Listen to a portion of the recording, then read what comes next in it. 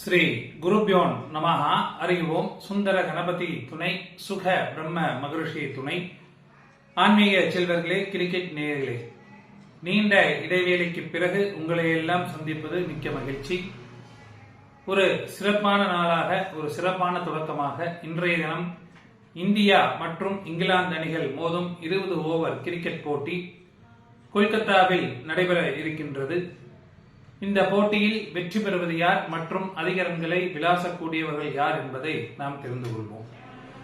இன்றைய தினம் சுவாதி நட்சத்திரம், அதாவது ராகுவின் நட்சத்திரத்தில் இந்த போட்டி நடைபெற இருக்கின்றது.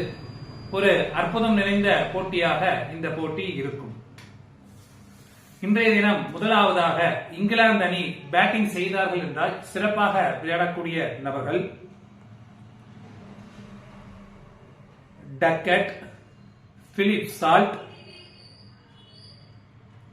பெத்தல் போன்றோர் ஒரு சிறப்பான பேட்டிங்காக இருக்கும். ஆல்ரவுண்டராக ஓவர்டன் அவர்கள் சிறக்கக்கூடிய அமைப்பு என்பது உண்டு. இங்கிலாந்து அணி முதலாவது பந்து வீசினார்கள் என்றால் விக்கெட்டுகளை வீழ்த்தக்கூடிய நபர்கள் அட்டிங்சன், வுட், ஓவர்டன் போன்றோர் விக்கெட்டுகளை வீழ்த்துவார்கள்.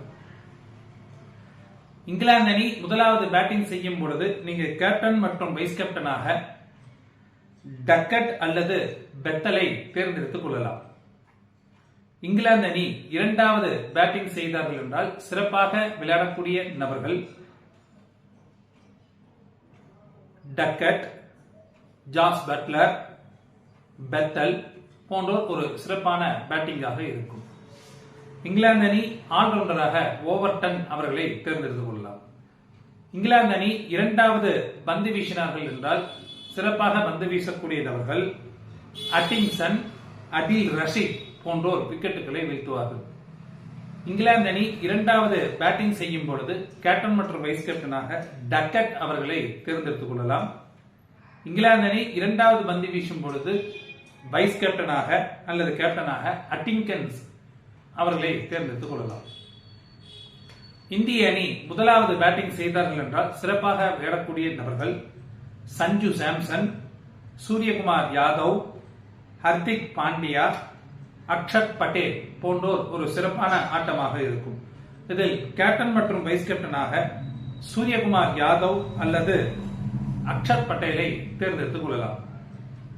அடுத்தபடியாக இந்திய அணி முதலாவது பந்து வீசினார்கள் என்றால் விக்கெட்டுகளை வீழ்த்தக்கூடிய நபர்கள் வருண் சக்கரவர்த்தி, அர்ஷதீப் சிங் மற்றும் அக்ஷர் பட்டேல் போன்றோர் விக்கெட்டுகளை வீழ்த்துவார்கள். இதில் வருண் சக்கரவர்த்தி அவர்களை கேப்டன் அல்லது வைஸ் கேப்டனாக தேர்ந்தெடுத்துக் கொள்ளலாம். இந்திய அணி இரண்டாவது பேட்டிங் செய்தார்கள் என்றால் சிறப்பாக விளையாடக்கூடிய நபர்கள் சஞ்சு சாம்சன், திலக் வர்மா, சூரியகுமார் யாதவ், ஹர்திக் பாண்டியா போன்றோர் ஒரு சிறப்பான ஆட்டமாக இருக்கும். இதில் கேப்டன் மற்றும் வைஸ் கேப்டனாக திலக் வர்மா அல்லது சூரியகுமார் யாதவை தேர்ந்தெடுத்துக் கொள்ளலாம். இந்திய அணி இரண்டாவது பந்து வீசினார்கள் என்றால் விக்கெட்டுகளை வீழ்த்தக்கூடிய நபர்கள் வருண் சக்கரவர்த்தி, முகமது சமி மற்றும் அர்ஷதீப் சிங் போன்றோர் விக்கெட்டுகளை வீழ்த்துவார்கள். இதில் வருண் சக்கரவர்த்தியை இரண்டாவது பந்து வீசும் பொழுது வைஸ் கேப்டனாக தேர்ந்தெடுத்துக் கொள்ளலாம். நேயர்களே, இது கிரிக்கெட் பஸ்ஸில் கொடுக்கப்பட்டுள்ள பிளேயிங் 11 இருந்து எடுக்கப்பட்ட வீரர்களின் தொகுப்பாகும். டாஸ் போட்டதற்கு பிறகு இதில் ஏதேனும் மாற்றங்கள் இருக்கும் பட்சத்தில் நமது டெலிகிராம் லிங்கில் அப்டேஷன் என்பது வழங்கப்படும். டெலிகிராம் லிங்க் என்பது டிஸ்கிரிப்ஷன் பாக்ஸில் இருக்கும். இணைந்து கொள்ளாதவர்கள் இணைந்து கொள்ளுங்கள். இன்றைய ஆட்டம் என்பது ஒரு சுவாரஸ்யம் நிறைந்த ஆட்டமாக இருக்கும். அதாவது முதல்ல 6-7 ஓவர் வரைக்கும் 60 ரன் அப்படிங்கிற ஸ்கோர்ல ஃபர்ஸ்ட் தொடக்கும் போது இருக்கும். அடுத்து 10 ஓவருக்கு 82 ரன், 90 ரன் இருக்கும்.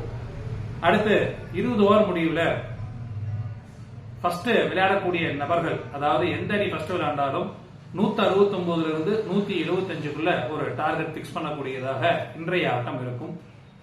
ஒரு சுவாரஸ்யம் நிறைந்த போட்டியாக கூட இது இருக்கக்கூடியதாக இருக்கும். இடதுகை வீரர்கள் ஜொலிக்கக்கூடியதாக ஒரு ஆட்டமாக கூட இன்றைய தினம் இருக்கக்கூடியதாக இருக்கும். இன்றைய தினம் ஒரு ஹிண்டாக இரண்டாவது பேட்டிங் செய்யக்கூடிய அணி வெற்றி வாகையை சூடுவார்கள். இருந்தாலும் இன்றைய தினம் இந்திய அணி வெற்றி பெறுவார்கள். நன்றி, வணக்கம்.